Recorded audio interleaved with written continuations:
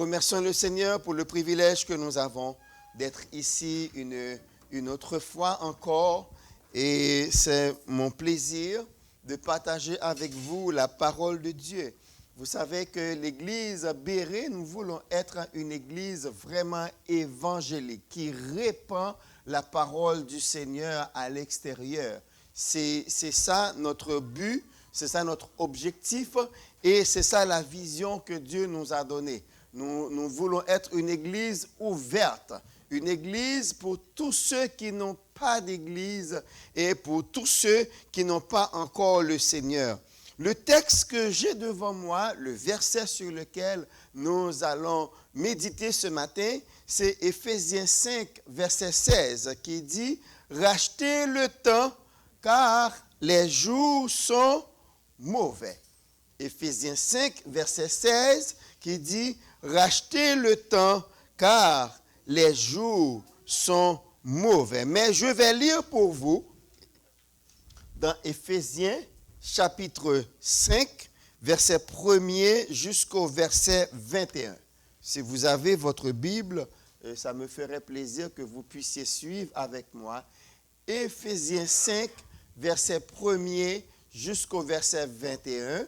Nous allons nous mettre debout et nous allons faire la lecture ensemble. Si vous avez votre Bible, je vous invite à lire avec moi. Ce n'est pas moi seulement qui vais lire, mais c'est nous tous qui allons lire.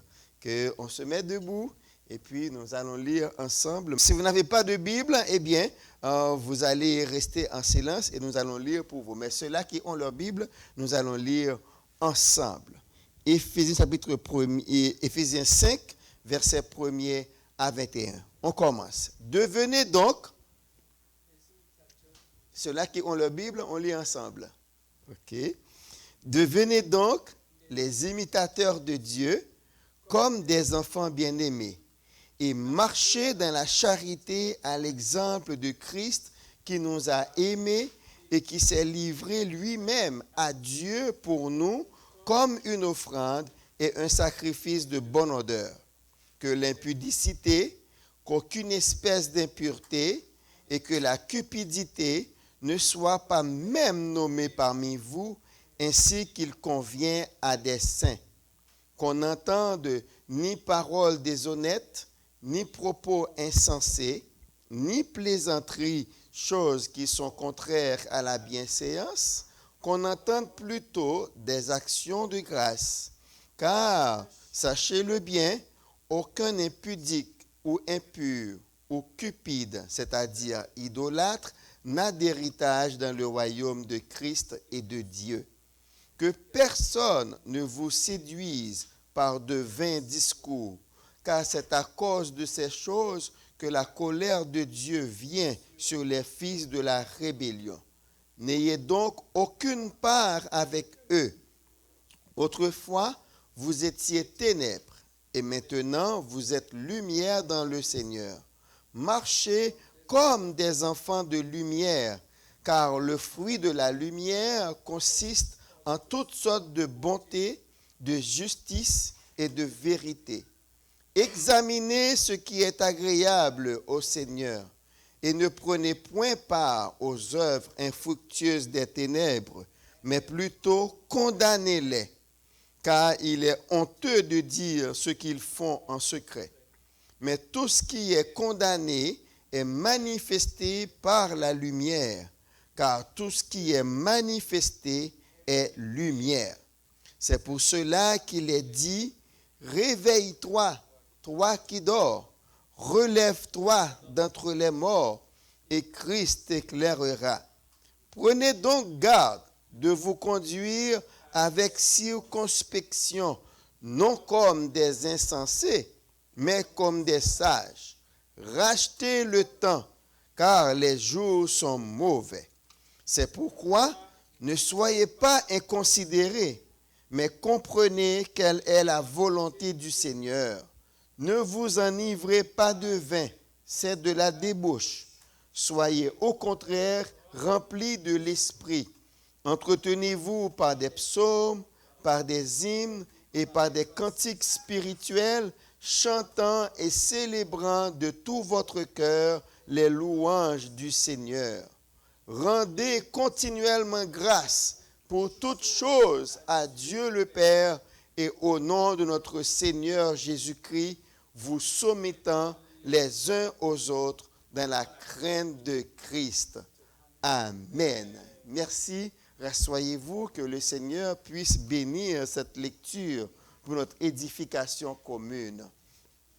Amen.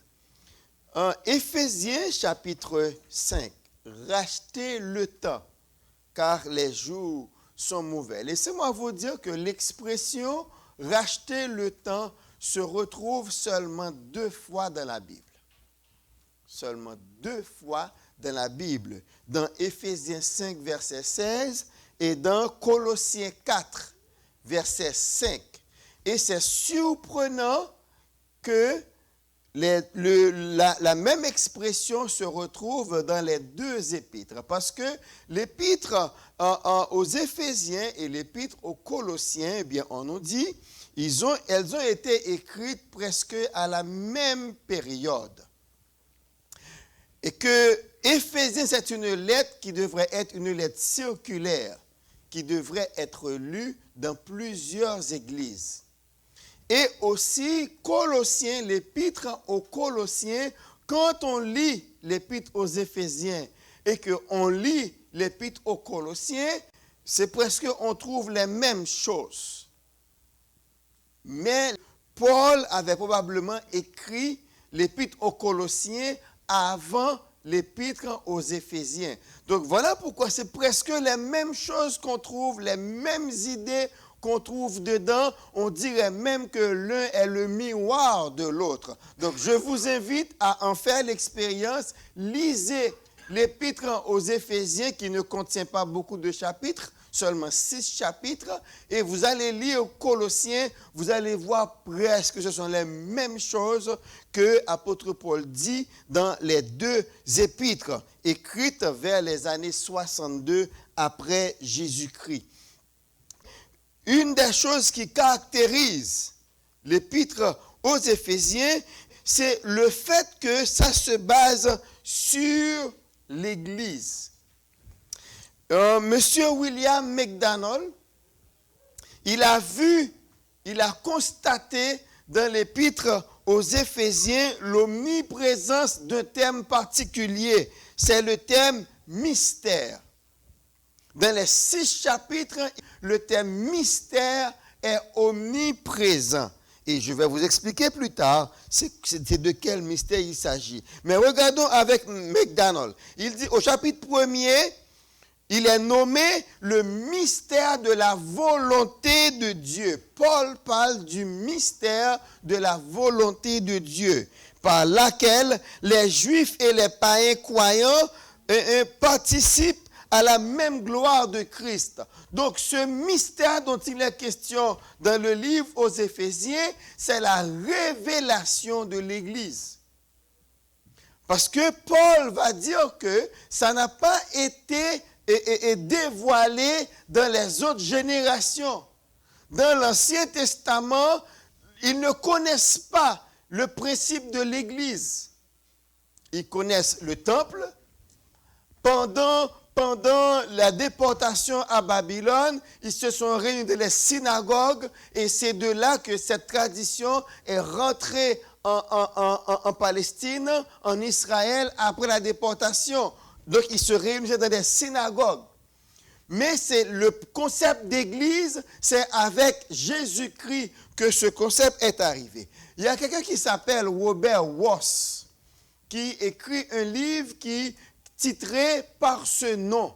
Robert Ross a écrit le livre et titré par ce nom. Dans ce livre, Robert Ross nous dit, avant Jésus-Christ, il y avait 2 entités dans le monde. 2 entités dans les rapports avec Dieu. Il y avait le peuple d'Israël et les autres nations. Seulement 2 entités.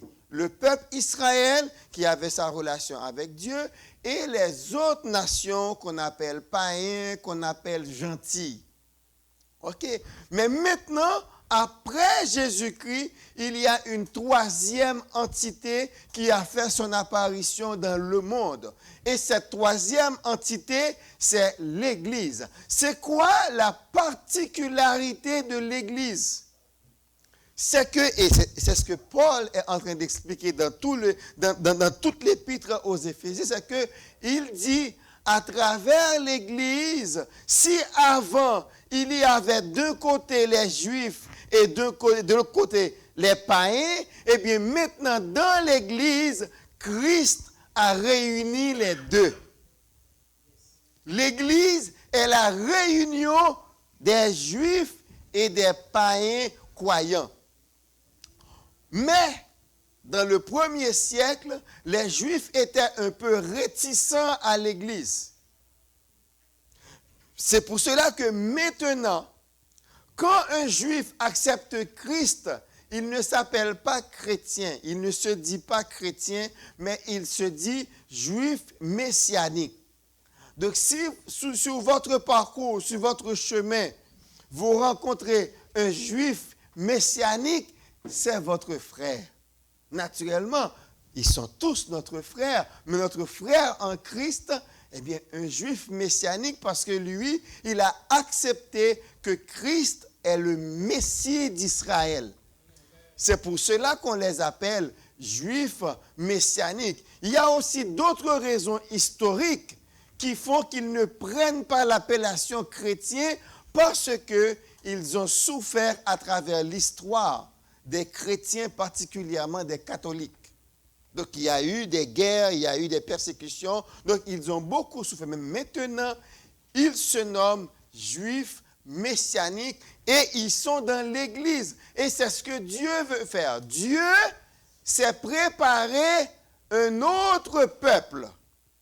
Dieu s'est donné le vrai peuple qu'il a toujours voulu avoir. Et c'est de ça dont parle Éphésiens.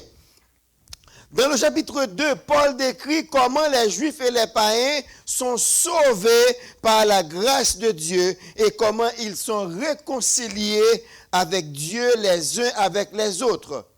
Il montre comment, étant unis avec Christ, ils deviennent un seul homme nouveau et ils forment un saint temple dans lequel Dieu habite par son Saint-Esprit. Chapitre 3 contient l'explication la plus complète du mystère. Il est nommé le mystère du Christ, à savoir Christ, le chef, ainsi que tous les croyants, son corps. Dans ce corps, les païens croyants sont co-héritiers et membres à part entière pour lesquels valent aussi les promesses de Dieu. Donc c'est la réunion des Juifs croyants et des païens croyants.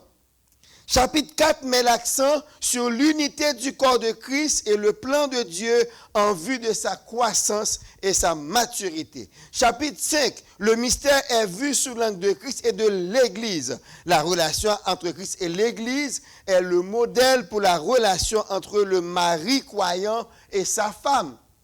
Parce qu'au chapitre 5, on va trouver ce verset qui dit « Marie, aimez vos femmes comme Christ a aimé l'Église et s'est livré lui-même pour lui. » Donc, le mystère de l'Église, eh bien, la relation entre Christ et l'Église est un modèle. Au chapitre 6, enfin, Paul traite du mystère de l'Évangile, duquel il était ambassadeur dans les chaînes. Il dit au verset 19, « Priez pour moi, afin qu'il me soit donné, quand j'ouvre la bouche, d'annoncer hardiment et librement le mystère de l'Évangile, pour lequel je suis ambassadeur dans les chaînes et que j'en parle avec assurance comme je dois en parler. » Donc voilà, pour William McDonald, le mystère, eh bien, on dirait que c'est de ça dont parle apôtre Paul. Mais en fait, ce mystère n'est que la révélation de l'Église. C'est l'Église qui réunit tout le monde, païens et juifs. Il va dire, il n'y a plus ni juifs, ni grecs, ni païens, ni hommes, ni femme, il n'y a plus de différence maintenant. Nous sommes tous un en Christ. En Christ, il n'y a plus de différence. Il va dire même que le mur qui séparait les Juifs et les païens, eh bien, ce mur-là est tombé. Une autre particularité, alors presque toutes les épîtres de Paul sont pareilles, il y a une partie doctrinale et une partie pratique. La partie pratique de l'épître aux Éphésiens commence à partir du chapitre 4. Et au chapitre 5, on est encore là-dedans, où l'apôtre Paul est en train de nous dire, en tant que croyants, nous avons une manière de vivre. En tant que croyants, eh bien, il faut faire la différence. Il faut faire la différence entre nous et le monde. Il commence par dire aux gens, devenez donc les imitateurs de Dieu comme des enfants bien-aimés. On doit imiter Dieu. Et cela fait écho à Matthieu 5, 48, où Jésus-Christ va dire, soyez parfaits comme votre Père céleste est parfait. Mais en quels termes Jésus-Christ va définir cette perfection? Eh bien, c'est dit, comme votre Père ne fait exception de personne, il fait lever son soleil sur les justes et sur les injustes. Il envoie sa pluie dans les champs des justes comme dans les champs des injustes. Il donne sa grâce. Tout le monde respire, même ceux qui disent Dieu n'existe pas. Il respire. Il profite des bienfaits de Dieu. Eh bien, Jésus-Christ disait, c'est comme ça que nous devons imiter notre Père et être parfaits comme lui en ne faisant exception de personne. On doit recevoir tout le monde. Et c'est en ce sens que nous avons une formation que nous sommes en train de donner à l'église Béret. Parce que très souvent dans les églises, on veut accueillir que les saints. On veut accueillir ceux-là qui sont déjà transformés. On veut accueillir ceux-là qui s'habillent bien. On veut accueillir ceux-là qui se présentent bien. Mais ça ne devrait pas être le cas. Parce que l'église est comme un hôpital. Nous avons tous été malades. Et nous sommes encore malades. Dieu a fait un travail en nous. Dieu nous a transformés par le sang de Jésus. Mais maintenant, si nous avons reçu une transformation, nous devons être prêts à accueillir ceux-là qui n'ont pas encore reçu cette formation. Et on se demandait, mais comment l'Église va faire si un matin un junkie rentre ici? Comment on va l'accueillir? Si un matin, nous avons un ancien prisonnier qui arrive. Si un matin, nous avons quelqu'un qui arrive ici, un itinérant, il arrive, il est sale, il ne s'est pas lavé depuis des jours, il est sale, ses vêtements sont en lambeaux. Comment nous allons l'accueillir? C'est pour ça que nous devons être prêts à accueillir, à faire bon accueil au monde et leur offrir une bonne place. Parce que l'Église de Jésus-Christ, c'est pour ça que nous sommes là, pour accueillir tout le monde et les mettre sous l'action du Saint-Esprit en priant et en attendant que le Saint-Esprit fasse le travail chez les gens. Ce n'est pas nous qui faisons rien du tout. Nous sommes là seulement pour recevoir ceux qui sont dans le besoin. Et nous les exposons à la parole de Dieu. Et la parole va faire son œuvre. Donc c'est pour cela que nous sommes là. Et apôtre Paul, il commence pour dire, devenez donc les imitateurs de Dieu comme des enfants bien-aimés. Comme je vous disais, c'est l'écho de Matthieu 5. Soyez parfaits comme votre Père céleste est parfait. Et il continue pour dire, marchez dans la charité. L'expression marcher revient 2 fois dans les versets que nous avons lus. Ça revient 2 fois. Au verset 2, il dit « Et marchez dans la charité à l'exemple de Christ ». Imitez Dieu, mais marchez dans la charité, dans l'amour à l'exemple de Christ. C'est quoi marcher ici? Marcher, ce n'est pas le fait que je fais un pas et je fais un deuxième pas. Ce n'est pas ça, marcher. C'est comme quoi c'est votre vie, c'est votre manière de vivre.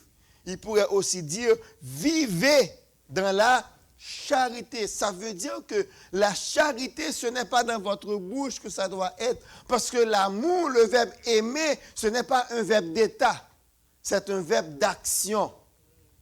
Ce n'est pas dans la bouche qu'on dit qu'on aime quelqu'un. Mais c'est en agissant. Je pense que Sœur Berline est mariée, Frère Souvenance est marié avec Doris. Beaucoup d'entre nous, Frère Eddy, Sœur Osias, nous avions des gens autour de nous que nous aimons.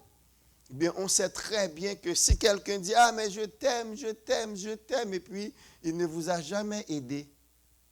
Il n'a jamais acheté quelque chose pour vous. Il n'a jamais été à l'épicerie. Mais où est l'amour?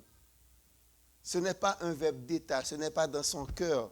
Oui, on peut aimer dans son cœur, mais ça doit apparaître dans des actions. Et Jean 3,16 nous donne un bel exemple. Car Dieu a tant aimé le monde qu'il a donné.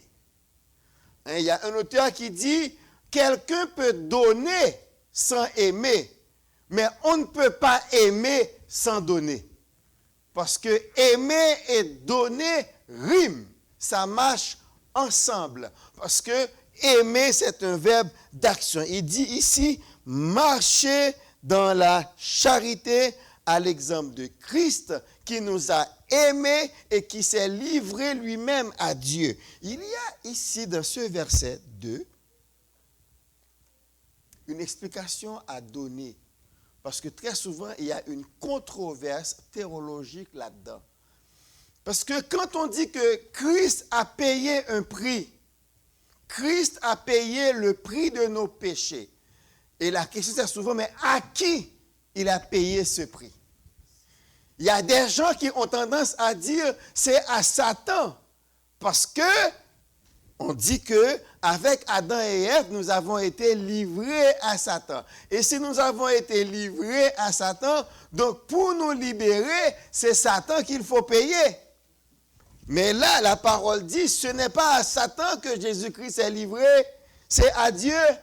Parce que en fait, quand Adam et Ève a désobéi dans le jardin, il n'a pas désobéi à Satan. Il a désobéi à Dieu. Donc, le prix du péché, c'est à Dieu qu'on le doit. C'est parce qu'on ne peut pas payer ce prix. Ce prix est trop élevé. Le prix d'une âme est trop élevé. Il a fallu seulement le sang de Jésus-Christ pour payer pour nous. Donc, c'est à Dieu que Christ a payé le prix de notre péché. Il est dit ici, il s'est livré à Dieu, mais non pas à Satan. Jésus-Christ n'a rien à voir avec Satan. Bien au contraire, à chaque fois que Satan entend parler de Jésus, il tremble. Satan a peur de ce nom. Voilà pourquoi il met beaucoup d'acharnement à ce qu'on ne publie pas le nom de Jésus, à ce que la terre entière ne célèbre pas le nom de Jésus. Parce qu'à chaque fois qu'on cite le nom de Jésus, Satan prend un coup. Donc, c'est très important que nous sachions cela. Donc, l'apôtre Paul dit, en tant que croyants, Jésus-Christ s'est livré pour nous, eh bien, nous aussi, nous devons être prêts à nous livrer pour nos frères. Et il dit, il a donné pour nous comme offrande. Verset 3. En tant que croyants, il dit que l'impudicité, c'est tout ce qui a rapport avec les désordres sexuels, qu'aucune espèce d'impureté des paroles et que la cupidité ne soit même pas nommés parmi vous, ainsi qu'il convient à des saints. Tout ça prendrait tout un message pour expliquer cela. Qu'on n'entende ni paroles déshonnêtes. J'aimerais rester ici. Ni propos insensés, ni plaisanteries, choses qui sont contraires à la bienséance. Qu'on entende plutôt des actions de grâce. Après, Paul est en train de dire, en tant que croyant, en tant qu'enfant de Dieu, eh bien, un enfant de Dieu ne peut pas injurier. Et c'est pour cela qu'il va dire plus tard, racheter le temps. Ce n'est pas le temps pour qu'un enfant de Dieu passe son temps à injurier les gens, à faire des plaisanteries, des propos déshonnêtes. C'est-à-dire quand vous déshonorez quelqu'un avec des injures. Le chrétien ne doit pas faire ça. Ni propos insensés. Donc, Paul est en train de dire qu'un chrétien, ce n'est pas le temps pour le croyant de passer son temps. Même quand quelqu'un vous fait quelque chose de déplaisant, vous ne devriez pas l'injurier. Je disais dans un autre message, le chrétien devrait prendre chaque opportunité pour servir le Seigneur. Et c'est là racheter le temps. Racheter le temps, c'est à chaque occasion qui vous est présentée, eh bien vous l'exploitez pour la gloire de Dieu. Un exemple, nous recevons tous parfois des appels intempestifs, des appels qu'on ne désire pas. Quelqu'un vous appelle pour vous offrir quelque chose dont vous n'avez pas besoin. Moi, on m'a déjà appelé pour m'offrir une lecture des mains. On m'appelle pour m'offrir une lecture des mains. On m'appelle pour m'offrir une lecture des cartes. On m'appelle pour m'offrir. Et il y a même quelqu'un qui m'a appelé la semaine dernière, vu que je ne vois pas comment il sait que nous avons ce ministère et que le ministère a le statut d'organisme de bienfaisance. Il m'appelle pour faire des levées de fonds, pour organiser des levées de fonds. Eh bien, vous savez, à chacun de ces appels, je profite pour annoncer le Seigneur. La personne qui m'a appelé pour m'offrir la lecture des mains, je lui ai dit, est-ce que vous croyez dans ces choses, vous? Elle n'a pas répondu. Vous y croyez? Est-ce que vous êtes déjà fait lire vos mains? Mais moi, j'ai mieux à vous offrir.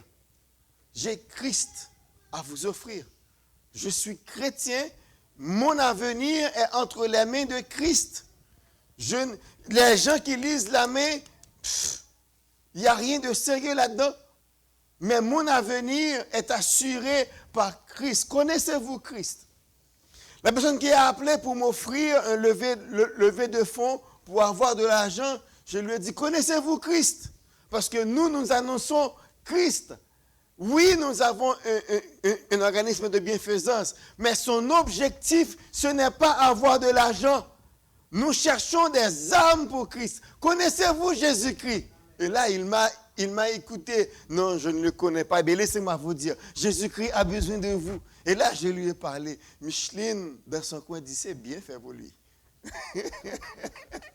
Je me dis, c'est bien fait pour lui. Et là, je lui ai parlé de Jésus-Christ. Là, il m'a dit, mais monsieur, j'aime bien votre verbe, j'aime bien votre passion. Donc, et là, vous m'avez vraiment convaincu. Je dis, mais j'aimerais vous convaincre à donner votre vie à Christ. Donc, quand quelqu'un vous appelle, c'est un appel intempestif pour vous offrir des choses. C'est une occasion de parler de Jésus. Vous ne l'avez pas appelé, c'est lui qui vous a appelé. Vous pouvez lui dire tout ce que vous voulez. Mais dans ce cas, au lieu de l'injurier, lui offrir Jésus-Christ et vous allez faire bonne œuvre pour Dieu. Parce que vous ne savez pas, cette personne, ce que vous lui aurez dit, ce que ça va faire dans sa vie. Peut-être que vous n'êtes pas la seule personne à lui dire. Vous ne savez pas combien de gens il va appeler. Et peut-être qu'il va appeler une énième personne qui va encore lui parler de Jésus et ça va faire le clic chez lui pour accepter Christ. Donc, il faut profiter quand Paul dit racheter le temps. Cela veut dire profiter de chaque occasion. Quand nous vivons dans la sagesse, eh bien, ça nous dit que nous n'aurons pas toujours le temps qu'il faut. Nous ne serons pas toujours aussi jeunes que nous sommes maintenant. Nous ne serons pas toujours sur les deux pieds. Hein? Nous ne serons pas toujours aussi beaux, bien aussi belles que nous paraissons tout le temps. Et nous ne serons pas toujours aussi vaillants, pleins d'énergie. Mais c'est le moment maintenant de faire tout ce que nous pouvons pour Dieu. C'est ça, racheter le temps. Pendant que vous avez la santé, pendant que vos amis vous aiment encore, parce qu'arrivé à un moment, tous vos amis vont vous laisser.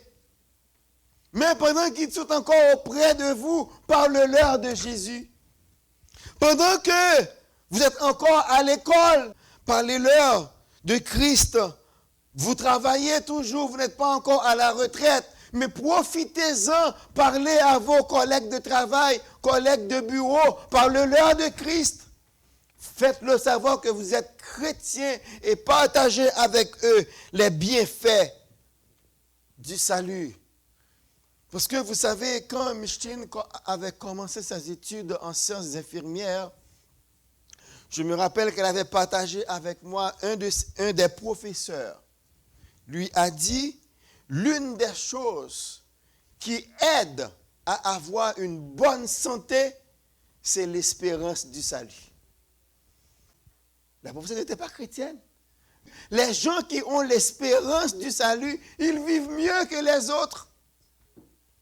Parce que quand vous savez que votre lendemain ne dépend pas de vous, quand vous regardez le monde, vous regardez tout le monde est sens dessus-dessous, tout le monde pense, on dirait que maintenant c'est la seule maladie au monde, c'est la COVID. Il n'y a plus rien. Et tout le monde fait tout pour éviter la COVID. Même à l'église. Savez-vous qu'il y a des gens depuis mars qui n'ont jamais remis les pieds dans un sanctuaire pour adorer le Seigneur? Pour le moment, seulement 25 personnes dans une église. En dépit du fait qu'on vous demande de porter le masque, maintenant, il faut craindre l'autre parce que l'autre est devenu un pestiféré. Jusqu'à présent, par la grâce de Dieu, depuis 5 juillet, nous avons commencé ici, nous n'avons pas entendu parler d'un cas. Nous n'avons aucune personne qui a été à l'église Béret et qui a été contaminée. Par la grâce de Dieu, il n'y a pas un cas. Et même, je pense qu'à travers tout le Québec, tout le Canada, ils ne peuvent pas répertorier un seul cas issu d'une église. Moi, je dois remercier le Seigneur ce matin. Je vais partager avec vous. Hier soir, j'appelais une amie à nous parce que j'ai des choses que je devrais faire pour l'église. Et notre sœur nous a appelés. On a travaillé pendant plus que 2 heures de temps. Mais sans m'en rendre compte, j'étais mal assis sur ma chaise. OK? Je m'étais mal assis. Mais ça ne me disait rien du tout. J'étais tellement absorbé. Je faisais les choses. Le temps a passé. Mais devinez quoi? Quand le moment est venu, quand j'ai fermé l'ordinateur, ma soeur est partie, on était sur Zoom, on travaillait ensemble. Quand le moment était venu pour me lever et monter dans ma chambre, j'avais des difficultés à marcher. Quelque chose s'était passé avec mon nerf sciatique. J'avais beaucoup de douleurs. Je suis allé au lit hier soir avec beaucoup de douleurs. Mais avant de me coucher, j'ai prié le Seigneur. J'ai dit, Seigneur, tu me connais beaucoup plus que n'importe quel médecin. Je te prie de calmer pour moi cette douleur. Je suis allé au lit. C'était très douloureux, mais pendant que je dormais, le Seigneur a travaillé. Amen. Ce matin, je me suis réveillé. Il y avait encore quelques petites sensations, mais pas comme de la soirée. J'ai pu marcher normalement. Les douleurs se sont estompées. Pour le moment, j'ai presque plus rien. Je remercie le Seigneur. Donc notre corps, Dieu le connaît beaucoup plus que personne. Donc quand il a dit ici, rachetez le temps, car les jours sont mauvais, l'idée, c'est de prendre avantage de toutes les opportunités que vous avez de servir le Seigneur, de faire quelque chose pour Dieu. C'est quoi on peut faire pour Dieu? Aider quelqu'un, appeler quelqu'un pour l'encourager, c'est un travail pour Dieu. Hein? Annoncer l'évangile, prendre toutes les occasions qui nous est données pour annoncer l'évangile. Et il est dit ici de ne pas se laisser séduire. Hein? Au verset 6, que personne ne vous séduise par de vains discours. La Bible parle des faux prophètes qui vont venir, des gens qui vont essayer de vous prendre la tête. En fait, comment on définit la séduction ou bien le verbe séduire? C'est détourner, séparer d'eux, induire en erreur, abuser. C'est ça, séduire. Détourner du droit chemin, détourner du bien. Convaincre en mettant en œuvre tous les moyens de plaire, attirer de façon irrésistible. C'est ça, séduire. Quand on séduit quelqu'un, eh bien, on lui parle, mais dans l'intention qu'il vienne nous suivre. L'apôtre Paul dit, faites attention, ne vous laissez pas séduire. Ça peut arriver maintenant. Il y a des séducteurs dans le monde et ils font tout pour avoir le plus de monde que possible. Je me suis mis à prier pour deux juifs. Pourquoi est-ce que je me suis mis à prier pour eux? Au cours de la semaine, j'étais sur YouTube. J'ai vu un titre « Pourquoi les Juifs ne croient pas en Jésus ?» J'ai ouvert la vidéo et j'ai commencé à regarder. Eh bien, ces deux hommes, ils ont mis la vidéo pour essayer de dire aux gens, non seulement ils ne croient pas eux en Christ, mais aussi ils veulent se rallier d'autres personnes, les amener à ne pas croire en Christ. Et c'est là que j'ai appris presque tous les Juifs qui ne sont pas messianiques, ils ont été enseignés à être des anti-chrétiens, anti-Christ, anti-chrétiens. Et là, j'ai trouvé une émission de Pain de vie qui a passé le témoignage d'un Juif messianique. Lui, il dit, c'est sa femme, parce qu'il dit, comme tous les Juifs, il a été vers d'autres gens. Ils ont essayé le bouddhisme, ils ont essayé l'hindouisme, et ils étaient en train de pratiquer le yoga avec la méditation transcendantale. Et puis il a dit, un jour sa femme a trouvé un livre de méditation.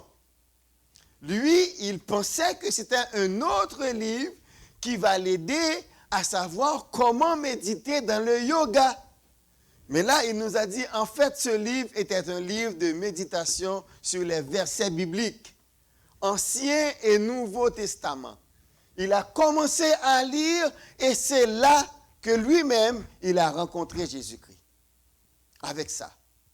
Il dit pendant 2 ans qu'il pensait être le seul juif messianique qui existait.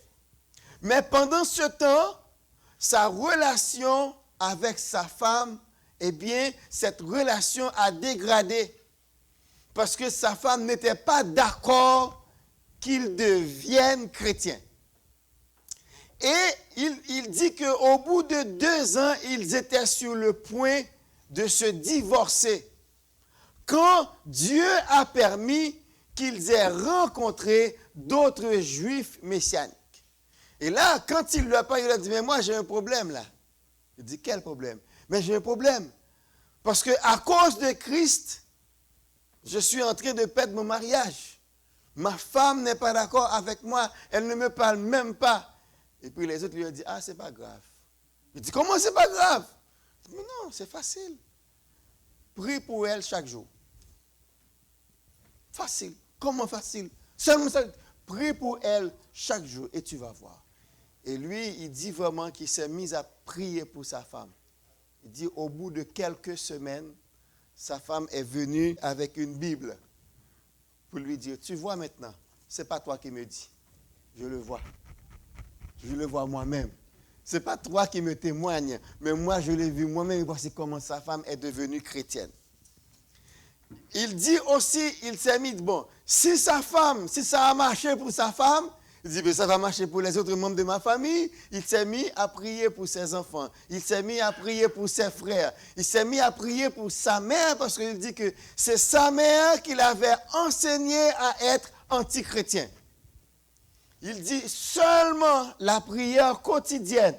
Chaque jour, il priait pour eux.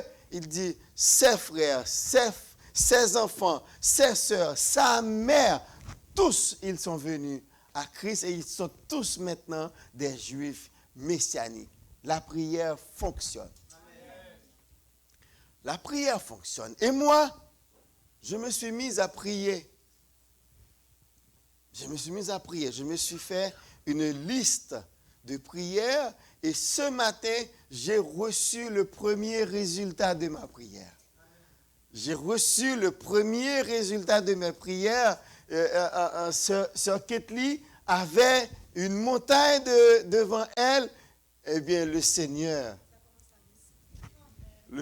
commence à casser la montagne parce que c'est l'une des personnes qui est sur ma liste de prières et pour laquelle nous prions matin et soir. La liste est là et on prie pour chaque personne. J'aimerais dire aussi à Sœur Osias qu'elle est sur cette liste pour son examen. J'aimerais dire à Doris qu'elle est sur la liste aussi pour son examen. Il y a d'autres personnes qui sont sur ma liste. Nous prions. Frère Eddy, la famille est sur ma liste. Donc je prie. Sœur Berline. Donc vous êtes tous, Frère Robinson, vous êtes sur cette liste. Maintenant nous allons ajouter votre épouse. Donc nous prions parce que la prière fonctionne. La prière fonctionne. C'est Dieu qui le dit. Invoque-moi et je vous répondrai. Amen. Recommande ton sort à l'Éternel, mets en lui ta confiance et il. De même, racheter le temps, c'est aussi prenez le temps, passer du temps dans la prière. Au lieu, quand vous avez un problème, au lieu de prendre le téléphone pour appeler quelqu'un et demander de l'aide, allez d'abord sur vos genoux. C'est la meilleure attitude. Allez d'abord racheter le temps, passer du temps dans la prière, parce que la prière fonctionne dans la vraie vie.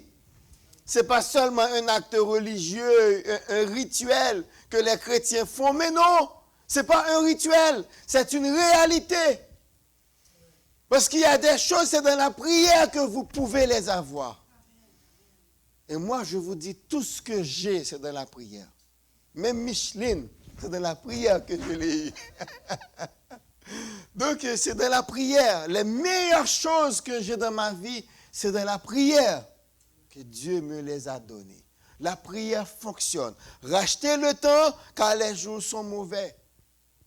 Passez du temps dans la prière. Passez du temps avec Dieu. Et chaque occasion que vous trouvez, chaque personne que le Seigneur envoie sur votre chemin, considérez cette personne comme un cas d'évangélisation. Merci Seigneur, tu m'as envoyé quelqu'un pour prier. Mais aussi racheter le temps. C'est un moyen de vous dire, le Seigneur est à la porte. Le moment de grâce va se terminer. Nous sommes en temps de grâce maintenant. Le temps de grâce va prendre fin très bientôt. Et il y a des signes. Je ne sais pas si vous avez entendu parler tout récemment d'un accord qui est passé entre Israël et les Émirats arabes. Cet accord veut dire beaucoup pour les chrétiens qui regardent la Bible. Parce que Israël et Jérusalem, c'est l'horloge du temps. C'est par eux que Dieu passe pour nous enseigner des choses. Déclarer Jérusalem, la capitale d'Israël, c'est un signe. Cet accord avec les Émirats arabes, c'est un signe. C'était pas possible avant. Maintenant, ça vient de se faire. L'accord est accepté, le principe est accepté. Très prochainement, ils vont le signer. Il y a préparatif pour le 3e temple à Jérusalem. Tout est prêt. C'est seulement quelque chose qu'on doit signer pour qu'on permette la construction du temple. Dès que le 3e temple est reconstruit, eh bien, ça veut dire que l'Antichrist, c'est un tic-tac. L'Antichrist va apparaître, Israël va être prêt pour accueillir leur Messie, mais ça va être l'Antichrist. Donc, quand la Bible dit racheter le temps, ça veut dire pour vous qui n'avez pas encore consacré votre vie à Jésus-Christ, c'est le moment de le faire. Rachetez le temps, car les jours sont mauvais. Si vous êtes là ce matin, vous n'avez pas encore pris la décision de remettre votre vie à Christ. Ça veut dire que vous n'avez pas décidé de dire, Seigneur, je veux vivre pour toi. C'est votre temps ce matin. Rachetez-le. Ça veut dire, faites ce que vous avez à faire maintenant. N'attendez pas demain. On ne sait pas ce que demain va donner. Tandis que nous allons chanter, eh bien, tous ceux-là qui sont ici, si vous n'avez pas encore pris la décision de remettre votre vie à Christ, nous vous en supplions. C'est le moment de le faire. Entends-tu, Jésus t'appelle. Viens au pécheur, il t'attend. À cette voix si fidèle, tu résistas trop souvent. Nous allons chanter et ce va être les derniers moments du service. Il est déjà 12h10. Nous allons terminer avec ça. Mais nous voulons vous donner le temps. Si vous n'avez pas encore remis votre vie à Christ, vous pouvez venir à l'avant. Nous allons prier pour vous. Nous vous attendons. Donc c'est le temps. Rachetez le temps. Probablement, c'est le dernier message que vous entendez là-dessus. Probablement, c'est le dernier appel que vous entendez là-dessus. Probablement, c'est la dernière fois que vous allez vous retrouver dans une église. Mais je vous en conjure, ne ratez pas ce temps-là. Ne ratez pas le moment. Venez vous donner à Christ. Entends-tu, Jésus t'appelle. Viens au pécheur. Viens au pécheur, il t'attend. À cette voix si fidèle. À cette voix si fidèle. Tu résistas trop souvent. Tu résistas trop souvent. Laisse entrer le roi de gloire. Ouvre ton cœur à Jésus.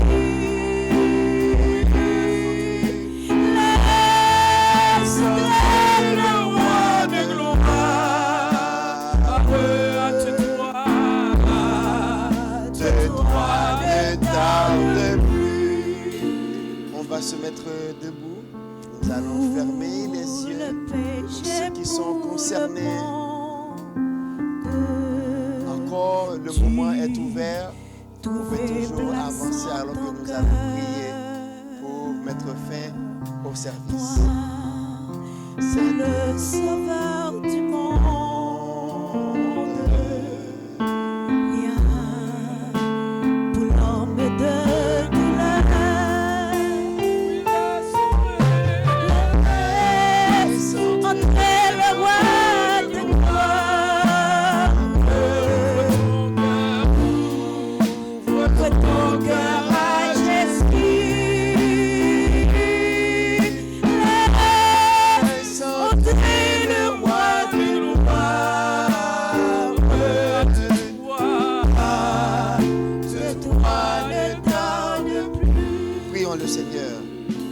Seigneur, merci pour cette matinée que tu nous as accordée en ta présence. Merci pour les chants que nous avons chantés. Merci pour les prières, les lectures que nous avons faites. Merci pour la Sainte Seine que nous avons, Seigneur, partagée ensemble. Et merci pour ta parole qui a été proclamée. Père, nous te prions de continuer à parler à chaque cœur. Même si, Seigneur, il y a des gens qui sont déjà en Christ. Mais, Seigneur, continuez à leur parler afin que, Seigneur, nous soyons en mesure vraiment de profiter de chaque instant, de chaque seconde, de chaque minute, de chaque heure, de chaque jour que tu nous donnes, Seigneur, afin d'être des témoins pour toi auprès de ceux qui ne te connaissent pas, Seigneur. Et s'il y a parmi nous des gens qui ne te connaissent pas encore, Père, nous te prions de continuer à leur parler afin que ce jour soit pour eux le jour du salut. Seigneur, merci pour ta présence et merci pour tout ce que tu fais. Merci, Seigneur, pour tous ceux qui ont pu être là ce matin. Et merci, Papa, de ce que tu vas continuer à nous bénir. Au nom de Jésus que nous prions. Amen.